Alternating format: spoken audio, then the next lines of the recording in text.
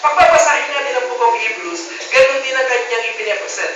Na merong mas mabuti pang bagay. Palaging merong mas mabuti. At ay pinapresent in the book of Hebrews, Jesus is better. Si Jesus ay much better than anything else. Much better siya sa mga angels, much better siya sa law, much better siya kay Moses, much better siya kahit kanino paman. Kaya dito sa Book of Hebrews, napaka-importante if we have that time na meron tayong opportunity na basahin ang aklat na ito, dapat natin basahin na pagbigyan natin ng ating mga sarili, basahin ang aklat na ito, sapagkat ipinapresent ni Pablo si Jesus na much better than anything else. Pero ngayong umaga nito, we're going to take a look sa isang aspeto ng pagiging better ng ating Panginoong Jesucristo. At yan nga yung pagiging great high priest ni Jesus. Pagiging high priest. Pagiging great high priest. At itong focus natin sa umagang ito. Ano nga ba ang isang priest? Okay? So, ito isang model ng isang priest ng mga Hudyo. Okay? Ito yung kanilang model ng isang high priest. Meron siyang sombrero, meron siyang ipad, nakasuot sa dinding niya tawag yung ipad. Tapos meron silang magandang kasuotan na ikinapasuot ng Panginoon, meron silang big kiss, at lahat. Yan ay ayon sa pagbibilin ng ating Panginoong Jesucristo. At meron pa sila sa mga forehead nila, may mga nakasulat dyan na mga words of God. Lalong-lalo na yung Hear, O Israel, the Lord thy God is one God. At meron sila mga nakasuot kung saan-saan, sa kanilang mga tawag dito, wrists, na ayan, meron sila mga sinusuot ng mga words of God para magpaalala sa kanila. Pero eto, meron tayong isang representation ng isang high priest ng bansang Israel. At ito, ay, alam naman natin, lahat ng ito ay representation kung anong nangyayari sa kalangitan. So, ang pinapatuman ng ating Diyos, naglagay siya ng pare sa mga Hudyo, at ito ay isang representation kung ano ang meron sa kalangitan. Okay, so, kung ano nangyayari sa langit, gusto lamang ni Jesus, at gusto lamang ni God, mai-represent dito sa mundong ito para sa kayo, pagpunta natin ng langit, handang-handa na tayo. Di ba naalala niyo ba? Noong ipagawa ni God kay Moses ang tabernacle, ang bili ni God kay Moses, gagawin mo ang tabernacle ayon sa nakita mo sa mundong na ito. Ayon sa specifications na ibinibigay ko sa iyo. Ibig sabihin, kung ano yung nakita ni Moses doon sa kalangitan, kung ano yung pinakita sa kanyang Lord, o eto ang itsura ng tabernacle na ipinapagawa ko sa iyo, ganyan kailangan ko, eksaktong replika ang gagawin mo sa mundong ito. So same manner, yung mga priesthood ay itinalaga rin ng Panginoon ayon sa kanyang kagustuhan, ayon sa kanyang kung ano yung nangyayari sa kalangitan, gusto niya mangyari dito sa mundong ito. Pero tingnan natin, ano nga ba itong mga priest? Okay? Ang high priest, ang pinag-uusapan natin ngayon yung high priest. Hindi lamang yung mga priests. Okay? Ibig sabihin, merong mga kalipunan na mga lingkod ng Diyos. Meron silang kalipunan ng mga lingkod. At sa kalipunan ng mga lingkod na ito, merong pinaka-high priest. Okay? So, ito yung mga pare, at sa lahat ng mga pare ito, siya yung pinaka-high priest. Ngayon, yung high priest in the New Testament, ang context sa New Testament, sa high priest, sa panahon ng ating Panginoong Jesucristo, na buhay siya sa daigdig na ito, sa kanyang kapanahunan, ang high priest, siya ang head of Sanhedrin. Now, ano ang Sanhedrin? Ang Sanhedrin ang kanilang Supreme Court. Okay? Ito ang nagpapahutupad, ito ang gumagabay sa mga kautusan sa mga mamamayan na mga Hudyo. Okay? So, ang mga Jewish people, meron silang Supreme Court. At ang tawag sa Supreme Court nila, yung Sanhedrin. At ang pinaka-head ng Sanhedrin na ito, yung high priest. Okay? Ito ay binubuo ng almost 70 people. At amongst these 70 people, pamumunuan siya ng pinaka-high priest. Kaya, ang posisyon ng high priest ay isang napaka-espesyal na posisyon. Isang posisyon na napaka-makapangyarihan. Lalong-lalo na sa panahon ng ating Panginoon Jesucristo, ang high priest bilang head ng Sanhedrin ay meron siyang political power. Meron siyang kapangyarihang politikal at nagagawa niyang pamahalaan ang kanyang bayan. Okay, so pamamagitan ng kanyang katungkulan ay nalalagay siya sa isang napakataas na posisyon, sa isang napakagandang posisyon at nalalagay siya sa posisyon nito na taglay-taglay niya ang marami kapangyarihan. Now, kung iintindihan natin ito, napakadelikadong kalagayan, di ba? Sa puntong ito, na ikaw ay nagtataglay ng napakalakas, napakataas ng kapangyarihan. Sa puntong ito, hindi malayong ikaw ay mahulog sa tukso ng pagmamataas. Diba? Hindi ka malayong mahulog sa tukso ng pagmamalabis sa iyong katungkulan. Hindi malayong mahulog ka sa tukso na ikaw ay magkaroon ng pagkagahaman sa iba't ibang mga material na mga bagay at mga pakinabang. So, itong posisyon ito ay isang napakataas na posisyon. Bilang high priest ka, ikaw ang head of the Sanhedrin. But, atras pa tayo. Siyempre, hindi naman nagsimula ito in the New Testament. Ito ay start in the Old Testament. Okay? Dahil high priest siya, siyempre, siya ay priest. Okay? Kahit high priest, siya ay priest. Ano bang ibig sabihin ng priest? Ang priest ay tagapamagitan or one who represents man in the sight of God. Isang nagre-represent, ano ba sa Tagalog? Isang, ano ba yun? Ha? Basta yun, nagre-represent sa isang, sa buong mga mamamayan, sa mga tao, okay? Siya yung kumakatawan yun. Siya yung kumakatawan, ito yung high priest. Siya ang kakatawan sa buong bayan para sa Diyos. Okay? So, ibig sabihin, kung ako, kung ako priest, I am representing Jesus' word sa Panginoon. Parang ganon. So, yung kalagayan ng priest ngayon, siya yung namamagitan.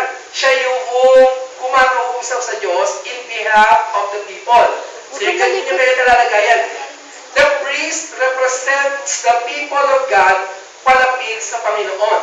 So, sa pagkakataong ito, ang trabaho ng isang pare ay mailapit ang tao sa Diyos. Ganun ang katungkulan. Mailapit ng isang pare ang tao sa Diyos and vice versa, maipaalam ng pare ang kalooban ng Diyos sa mga tao. Ganun ang kanyang trabaho. So, nandito siya sa kalagitnaan na ito yung tao, ito ang Diyos. At sa kapagitan nito, ang kanyang trabaho ay pag-ugnayin sana. Pag-ugnayin ang tao sa Diyos at ang Diyos sa tao. I-represent ang tao sa Diyos at ipaalam kung ano ang kalooban ng Diyos para sa mga tao. So, isang tungkuling napaka-espesyal. Isang tungkuling dapat bigyan ng mataas na pagbibigay ng consideration sapagkat hindi ito simpleng bagay. Diba? Kailangan mo i-represent ang tao sa Diyos. Ang daming tao niyan. Para i-represent mo sa Diyos. And ganun din naman ang Diyos. Napakalaki ng Diyos para ipakilala mo sa mga tao. Kaya sa puntong ito rin, minsan madalas, kapag ganito posisyon ng tao at ganito kanyang kaisipan, ako yung merong napakataas na kalalagayan ganito. Pwede ako ngayong sabihin sa mga tao ngayon na, kayo, dapat sumunod kayo sa akin kasi ako lang pinakausap ng Diyos. Pwede sabihin sa mga tao na, dapat makinig kayo sa akin kasi ako lamang ang pwedeng mamagitan sa inyo malapit sa Panginoon. So, andun na naman yung issue ng pagmamataas. Pwedeng mahulog sa tukso ang mga pari sa kanilang mga pagmamataas. Lalong-lalo na sa puntong ito. Okay? Na kung tawagin ay Day of Atonement. Sa kanilang wika yata ay Yom Kippur. Okay? Ang Yom Kippur o Day of Atonement ay ginaganap, isang celebration na ginaganap ng bayang Israel once a year. Isang beses lang, isang taon. Ito ay kanilang ginagawa bilang paghahandog sa Diyos sa kanilang mga kasalanan upang ipatawad ng Diyos sa kanilang mga kasalanan dahil sa gagawing paghahandog ng tao ng Panginoon. Now, ang pwede lang gumawa nito ay yung pinaka-high priest. Once a year, meron silang templo, di ba? Meron silang tabernacle. At ang tabernacle ay binubuo ng tatlong bahagi. Katulad ng tao, man is binubuo ng tao ng spirit, soul, and body. Di ba? Ganun din lang si God. Binubuo siya ng Father, Son, and Holy Spirit. Ganun din yung tabernacle. Meron siyang outer courts, tapos meron siyang holy place, at meron siyang most holy place. So parang ganito sa building natin ngayon. Etong sanctuary natin ay yung labas, ang tawag yan ay outer courts. Yung sa labas ng pintuan, tawag yan outer courts. Sa pagpasok ng pintuan, yan, pagpasok ng pintuan, ito, magmula sa pintuan hanggang dito, ang tawag dyan ay holy place. At magmula dito, sa kartong ito ng stage, hanggang dito sa likod nito, ang tawag dyan ay Holy of Holies. So nakita niyo na yung picture ng tabernacle o kaya ng templo ng Panginoon. Now, sa pagitan nitong holy place at ng Holy of Holies, ay mayroong napakakapal na kortina na naghihiwalay. Mayroong makapal na kortina yan. In fact, yung kortina ay dalawang patong. Dalawa yun. Dalawang patong na parehas makakapal ang kanyang pagkakagawa. Hindi simpleng kortina na kapag sinabit mo, makikita mo yung nasa likod, di ba? Yung karaniwang kortina natin ngayon, pag sinabit mo, see-through yan, makikita mo yung nasa likod. Pero itong kortina ito sadyang napakakapal at hindi lamang siya kamakapal, kundi siya ay dinoble pa. Makapal na at dinoble pa. Ganoon siya kakapal na pinaghihiwalay niya yung holy place sa Holy of Holies. Kaya pinaghihiwalay niya yun. So meron dito. Now, buong taon, nakaset up yung kanilang templo. Buong taon, nakaset up yan. At ang mga pare, karaniwan nakakapasok lamang hanggang sa holy place. Doon lamang sila pwede pumasok. Andun yung altar of incense sa harapan, andun yung table of showbread, andito yung, ano ba isa? So, meron sila mga nakalagay doon na mga, yung lampstand, okay? So, naalala pa. Yung lampstand at table of showbread. Now, beyond the curtain, dito sa lugar na ito, andito yung kaisa-isang furniture na makikita. At yun yung Ark of Covenant. At sa Ark of Covenant, doon nakaupo yung mercy seat of God. Andun yung mercy seat of God. Now, buong taon, ang makakapasok lamang ang mga pare sa lugar nito. Dito lamang sa holy place. Andyan yung table of showbread, andyan yung ilawan, at ito yung altar of incense. Araw-araw sila nakapag-aando. Pero tanging sa Day of Atonement, doon lamang sa araw ng Yom Kippur, pwedeng pumasok ang isang tao dito sa lugar na ito ng Holy of Holies. Once a year. Isang beses lang sa isang taon. Doon lamang yung sa araw, Day of Atonement. At sino lang ang pwedeng pumasok? Ang tanging makakapasok sa lugar na ito ay yung high priest. Wala nang iba. Tanging yung high priest lamang. Siya lamang ang may access para makapasok sa lugar na ito at makapagbigay ng handog sa Panginoon. Hindi na pwedeng iba. Kasi kapag sino man ang papasok sa lugar na ito na hindi karapat-dapat, anong gagawin ng Diyos? Papatayin siya. Walang sino man ang makapapasok sa harapan ng altar ng Panginoon na hindi karapat-dapat, papatayin siya. Kaya sa naintindihan natin yun. So, kaya napaka-espesyal ng trabaho niya. Once a year, papasok siya sa loob ng Holy of Holies para magbigay ng handog sa Panginoon. At gagawin niya ito. Kasi kapag hindi niya ginawa ito, yung mga kasalanan ng mga tao, hindi mapapatawad. So isang beses, isang taon, kailangan humingi ng pagkakatawad na magpapatawad sa kanyang mga pagkakasala. At kapag hindi nagampanan ng high priest sa kanyang trabaho, halimbawa, pumasok yung high priest dito sa loob ng Holy of Holies, natagpuan ng Lord mayroong kasalanan. Natagpuan ng Lord na hindi siya karapat-dapat. Natagpuan ng Lord na hindi siya handa. Hindi niya ginawa yung certain rituals na dapat niyang gampanan before he entered into the Holy of Holies. Anong gagawin sa kanya ng Lord? Patay. Anong ginagawa nila? Bago pumasok ang mga high priest sa loob ng Holy of Holies, nilalagyan nila ng kadena yung paa. Nilalagyan nila yung kadena yung paa. Nang sa ngayon, habang kumikilos yung high priest sa loob ng templo, naririnig nilang umiingay yung kadena. Mahaba yung kadenang yon. Na pag pumasok sa Holy of Holies, at hindi na nila naririnig yung paggalaw ng kadena, hindi na umusog yung kadena, iisipin ngayon ng mga taong nasa labas, yung kanilang mga assistant, patay na yung pare. Kaya ano gagawin nila? Ihilain nila yung kadena para mailabas yung patay na pare. Kasi sino papasok doon para kunin? Diba? Kung pag ikaw kumuha, ay patay na si father. Kung kunin mo, patay ka na. Hindi ka dapat Tanging yung high priest lang ang pwede pumasok Pagpasok mo, patay kayo lahat doon. Sino maglalabas? Kaya ang ginagawa nila, kinakadenahan, tapos hihilain palabas. So, hindi natin alam kung ilang account na priest, na high priest, na matay sa loob ng Holy of Holies, pero ganoon ang kanilang practice. So, napaka-special yung kanyang posisyon. Na yung kanyang posisyon, mamamagitan sa tao at sa Diyos ng tao, at tanging sa araw na yun, na Day of Atonement, siya ay makapapasok sa espesyal na lugar na yun na tanging siya lamang ang pwede pumasok. So, most privileged talaga, di ba? Yung, isipin natin ang kanilang population, 1,000,000. One out of 1,000,000. Diba?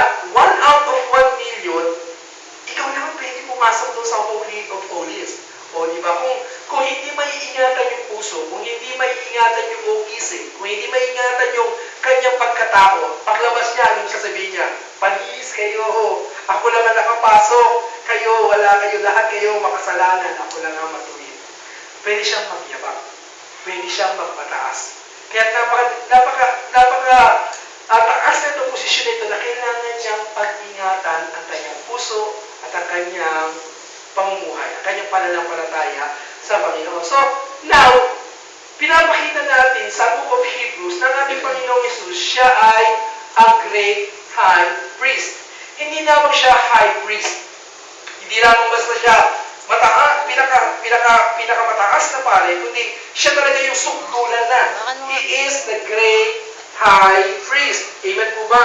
So, dapat natin makita sa pagiging great high priest ng Panginoon, ang kanyang priesthood, number one, syempre, he is preeminent. Kaya nga siya great. Out of all the priests, siya yung pinakasubdulan sa lahat. He is the great high priest. He is preeminent. He is above all. Siya ay nakahigit sa lahat ng mga pare na meron at sa lahat ng mga high priest na nagkaroon. Tingnan natin po mga talata ng Biblia. Verse 16 ng Hebrews, chapter 7. Focus na lang po tayo in chapter 7. If kung gusto niyo pong magbigay ng background check niyo na lang po, starting from chapter 2, 3, 4, 5, 6, and 7, makikita niyo yung background po ng pagiging high priest ng ating Panginoon sa Kristo. Pero for today, we're going to focus on chapter 7 ng Hebrews. Sabi dito, Jesus became a priest not by meeting the physical requirement of belonging to the tribes of Levi, but by the power of a life that cannot be destroyed. Okay? Sabi ng verse 17, 18 na. Yes, the old requirement about the priesthood was set aside because it was weak and useless. Verse 19, 20. This new system was established with a solemn oath. Aaron's descendants became priests without such an oath. Verse 21, but there was an oath regarding Jesus, for God said to him, the Lord has taken an oath and will not break his vow. You are a priest forever. Verse 22, because of his oath, Jesus is the one who guarantees this better covenant with God. Now, tingnan natin yung mga passages. Okay, balik lang tayo. Okay, nasabi po rito kasi, in verse, Jesus became a priest not by meeting the physical requirement of belonging to the tribe of Levi. Now, samahan niyo po ako. Sure ka? Ang mga priest kasi, kailangan manggaling sila sa tribe of Levi. Okay? So, naalala niyo po that there are 12 tribes of Israel. Meron po tayong Ruben, nagsimula sa pangalan niya kay Ruben, pagkatapos mag-ending siya po kay Benjamin. Doon po tayo. So, merong 12 lipi ang bayang Israel. Out of the 12 tribes, pumili ang Diyos kung kaninong lahi manggagaling ang mga priest. At ang mga priest ay manggagaling sa tribe of Levi. Kasi si Aaron, galing siya from the tribe of Levi. Paano nangyari yon? Kasi noong sila ay lumaya galing sa Egypt, at sila ngayon ay napunta na sa wilderness, at sila ay maghahandog ng pagsama sa Panginoon, samantalang ibinibigay ng Diyos ang 10 utos kay Moises doon sa bundok, ang bayan ng Israel ay bumalik sa pagkakasala sa pamamagitan ng paggawa nila ng sinasambang Diyos na baka. Itong baka. Kaya nagalit ang Diyos galing sa langit, at pagkatapos ay pinababa si Moses, at sinabi ni Moses sa mga tao, sige, sino sa inyo ang gusto sa Diyos? Pumunta rito sa akin. At ang tanging lipi na sumama kay Moses ay yung tribe of Levi. Kaya sabi ng Panginoon, sa inyong tribe of Levi, ibinigay ang priesthood.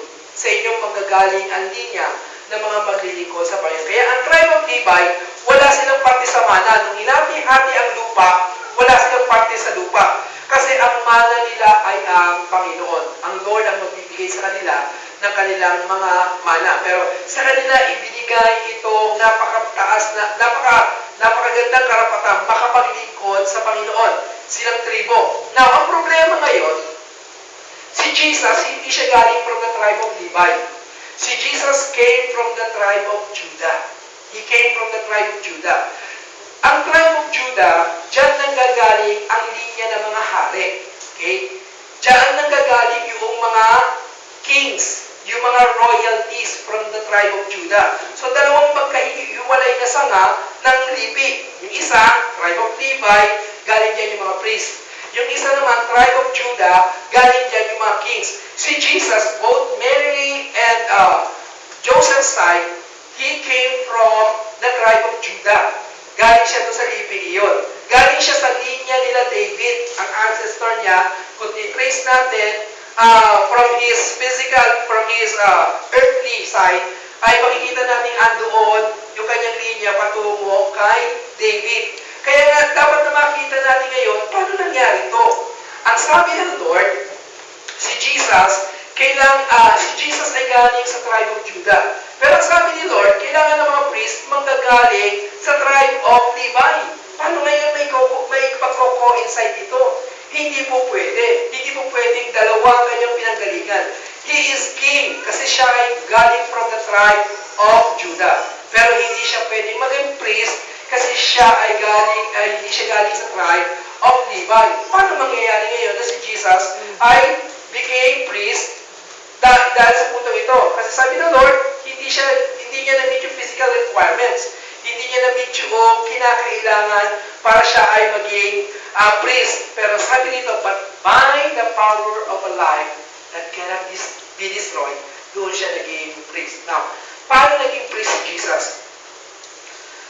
Bago pa hinirang ng Lord ang tribe of Levi para maging priest, meron ng naunang priest. At ang tawag doon sa priest na yun, ang kanyang pangalan ay si Melchizedek. Okay? If we're going to look at the book of Genesis, makikita natin doon na minsan si Jesus, si Abraham ay magtagumpay sa isang labanan. Siya ay nagbigay ng handog kay Melchizedek. Yung ikasampu ng kanyang naging spoils, ibinigay niya kay Melchizedek. At sabi roon, si Melchizedek ay ang hari ng Salem. At siya ay priest ni God. Okay? So, sabi roon ng Genesis, Melchizedek, king of Salem, priest of God. Pari ng Diyos, magpakailan paman. Sino ba itong Melchizedek na ito? At paano nangyari ito? So, pinapakita ngayon sa atin dito na yung priesthood ni Jesus ay hindi galing from the tribe of Levi. Not by physical requirements, kundi ang priesthood ng ating Panginoon Jesucristo ay much more than sa tribe of Levi. Ang priesthood ni God ay ang priesthood ni Jesus ay dumalabos hanggang doon sa priesthood ni Melchizedek. Kung iintindihin natin ang pangalan ni Melchizedek, ang ibig sabihin ng Melchizedek is King of Righteousness. Okay, yung Melchi, King, at yung Zedek, righteousness. So, King of Righteousness. Siya rin daw ang King of Salem. Ang ibig sabihin ng Salem is peace. So, ibig sabihin nun, King of Peace. So, si Melchizedek, siya yung King of Righteousness at siya pa yung King of Peace. At sabi roon, priest forever. Siya ay priest forever. Now, kung i-consider natin ang point na ito, sino kaya yung priest na pinag-uusapan natin dito? Sino ba si Melchizedek? Diba? Siya yung King of Righteousness. Tapos siya pa yung King of Peace. Tapos siya pa yung priest forever. Pero ba taong nabubuhay na ganoon? Diba wala? Tanging si Jesus lamang ang sumasatisfy noong mga kalalagayan na yun. That Jesus is the King of Righteousness.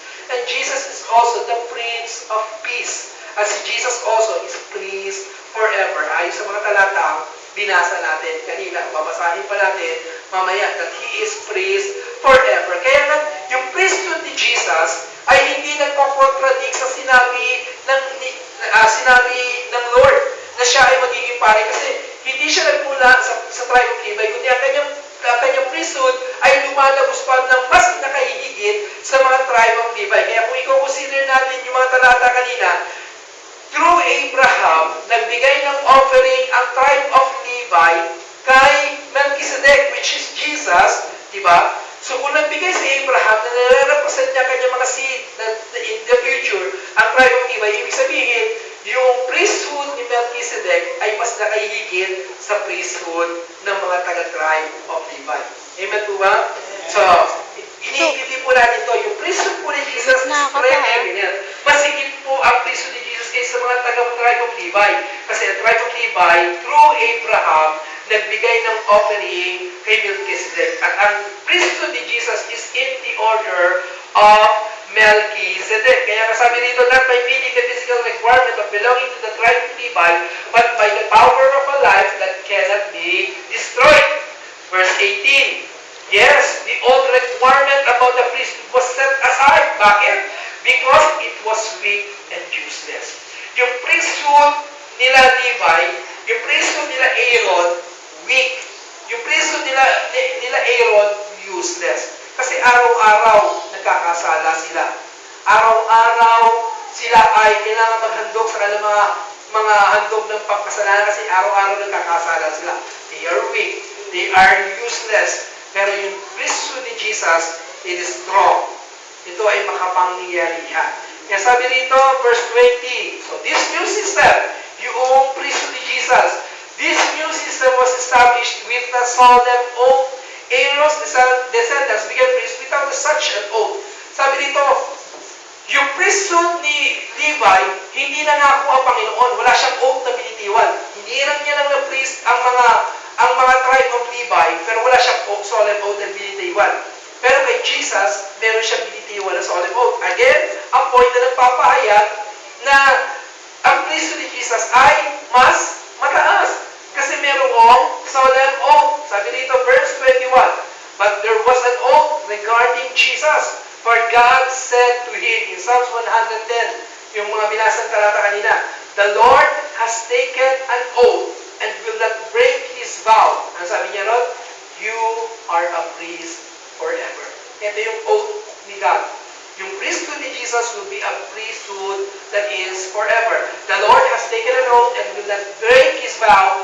You are a priest forever. Verse 22, because of this oath, Jesus is the one who guarantees this better covenant with God. Kaya na, ang keyword in the book of Hebrews is better. Pakakita natin palagi yung better. Yung word na better. So, yung priesthood ni Jesus is so high. Mas nakahihigit na yung priesthood ni Jesus hindi through the lineage. Siya ay both king. He came from the tribe of Judah, and he is also a priest. Why? Because his priesthood is in the order of Melchizedek. Amen? So, yung priesthood ni Jesus, much far better than the priesthood of the tribe of Levi. Amen? Amen. Sige. Number 2, Jesus' priesthood is perpetual. Lifetime. Hindi lang lifetime, eternal. Okay? Eternal ang priesthood ni Jesus. Hindi na tumitigil. Yung high priest, syempre tatanda yan, mamamatay. Pero si Jesus, hindi tumatanda, hindi mamamatay, nabubuhay, magpakailanman. At dahil perpetual siya, dahil hindi siya ay walang hangganan, syempre, yung kanyang priesthood, permanent din. Yung kanyang priesthood ay hindi na mapapalitan, hindi na maaalis. So sabi ng mga talata natin, in verse 23, there were many priests under the old system, for death prevented them from remaining in office. Ang dami daw na naging mga pare. Bakit? Kasi laging may mamamatay at kailangan palitan. Kapag may namatay, kailangan palitan. Eh, ang kamatayan hindi mapipigilan. Inevitable ang kamatayan. Kailangan dumadating siya sa buhay ng tao, lilipas sa tao, and yet, kailangan magpatuloy ang paglilingkod sa Panginoon, kaya kailangan may pumalit sa kanyang posisyong kinalalagyan. Kaya sa old system tao, ganun ang nangyayari. Namamatay palagi ang mga priest at kailangan silang palitan. Verse 24, before. But because Jesus lives forever, His priesthood lasts forever. Dahil si Jesus ay nabubuhay ng magpasawalang hanggan. Isipin natin yun, no? Si Jesus, hindi mamamatay. Si Jesus, magpasawalang hanggan. Kaya mananatili siya sa kanyang kalalagayan na priest forever lang.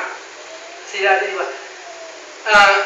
Just recently, nagkaroon ng pagpapalit ng Papa. Di ba? Sa Pope Francis. O, tama lang ako, ha? Last time. Bakit ako? Pero, well, napapansin natin, di ba ngayon na ang mga pumapalit ng mga popes, kailangan matanda na. Why? Kasi nag-alala sila kay Pope John Paul. Si Pope John Paul II has served the longest term in papacy. Siya yung pinakamahabang naupo bilang Papa. Why? Kasi umupo siya, bata pa siya noon. Maganda pa yung kanyang kalalagayan na kanyang lupang katawan noon. Bata pa siya nung iluklok siya bilang Papa doon sa pinakamataas sa upuan sa simbahang Katoliko. Ngayon, nag-usap-usap sila, hindi po pwede yan. Ang dami nating nakapila. Nag-usap-usap sila ngayon, hindi po pwede. Ang dami nating nakapila. Kaya kailangan na pipiliin natin ngayon yung matanda na. Nang sa gayon, mga ilang panahon lang, mapapalitan agad. At merong makakahali agad sa kanya. So, gano'n na nagiging sistema nila. Hindi na sila pumipili ng batang papa ngayon. Kung yun ang susundin nilang tradisyon. Nagkasundo at nagkaisa ang mga kalipunan ng mga kaparian na kailangan ng iyahalal nilang papa ay yung matanda na. Para na sa gayon, mga ilang years lang, papalitan agad siya. Yun ang kanilang influensya. Ngayon, ang ating Diyos hindi kailangan ganun. Yung ating high priest, yung ating great high priest, hindi tumatanda at hindi nangangailangan ng kapalit. Eh, sino ba naman papalit doon? May karapat dapat naman pumalit sa posisyong kinalulugaran ng ating Panginoong Jesucristo. Yung kanyang pagiging pare ay hindi nangangailangan ng paghahalili. Hindi nangangailangan ng pagpapalit. At mananatili palagi yung kanyang kalalagayan. Napaka-importante maintindihan natin ang puntong ito na yung pagiging high priest ni Jesus mamamalagi na. Hindi na magpapalit. Hindi na magbabago. Wala nang kinakailangang paghahandog ng dugo. Wala nang kinakailangang pagpapatay ng hayop. Wala nang kinakailangang pagbubuwis ng mga buhay para lamang matubos sa kanilang mga pagkakasala. Meron na tayong isang naupo sa kanyang pagiging high priest na minsan niya nang hinandog ang kanyang sarili, ang kanyang dugo nang sa gayon, ito ay maging panghabang panahong handog na. Siya na yung high priest, siya pa rin yung kordero ng Diyos na inihandog para sa kasalanan ng sangkatauhan. Siya na yung high priest, siya yung maghahandog, at yung maghahandog, hinandog niya pa yung kanyang sarili.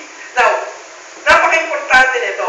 Without the shedding of the blood, sabi ng Hebrews chapter 9, without the shedding of the blood, there will be no remission of sin. Kung walang pagbububo ng dugo, kung walang pagdanak ng dugo, hindi makakaroon ng anumang kapatawaran ng kasalanan. Okay? Yun ang malinaw. So, ibig sabihin, sabi ng Romans chapter 6, for the wages of sin is death.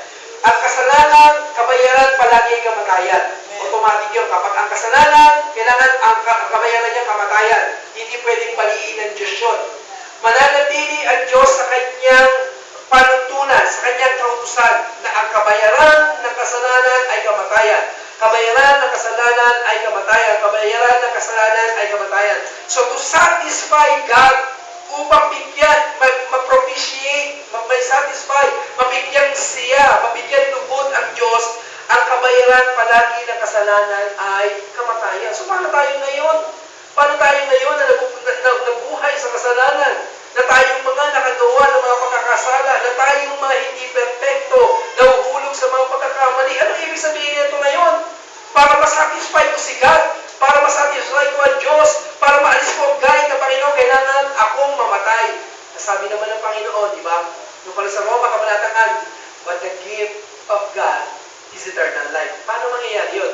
So, to satisfy si God, para maalis ang puot ng Diyos Si Jesus, inihain niya na yung kanyang sarili. Ibinigay na ni Jesus yung kanyang sarili nang sa gayon, every time na hihingin ng Ama, hihingin ng Diyos, na para masatisfy, ma-appease yung kanyang galit, kailangan ng kamatayan. At kayo yung kamatayan na ipapresent ni Jesus, yung kanyang sarili. Lord, sabi niya, God, Father, ako na po ang namatay para sa tao. Hindi na tayo ang mamamatay sa ating mga kasalanan, kundi Jesus has taken our place.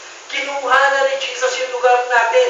Na instead of us dying in our sins, kinuha na ni Jesus yung lugar na iyon, at yung ginawa niya iyon, once and for all. Mamamalagi na yon. At si Jesus bilang high priest forever, every time na hihingin ng Father, kailangan ng kamatayan, kailangan magbayad ang may kasalanan, at ang kabayaran ng kasalanan ay kamatayan. Sasabihin lagi ni Jesus, Father, ako ay namatay na para sa tao mo. Every time na hihingi ni Father, ako na po ang namatay para sa tao na ito. Ako na po ang namatay para sa tao na ito. Ako na po ang namatay para sa tao na ito. Ako na po ang namatay para sa tao na ito. Kaya ikaw ngayon, ako ngayon, tayong lahat ngayon, natitiyak natin na dahil si Jesus palagi ay nakaluklok sa posisyon na being high priest before God, every time na hihingi ni Father ng kabayaran, ng kasalanan, ng kamatayan, ang ipepresent ni Jesus yung kanyang sarili. Lord, Father, I have died for that person. Namatay na ako para sa kanya. At ito yung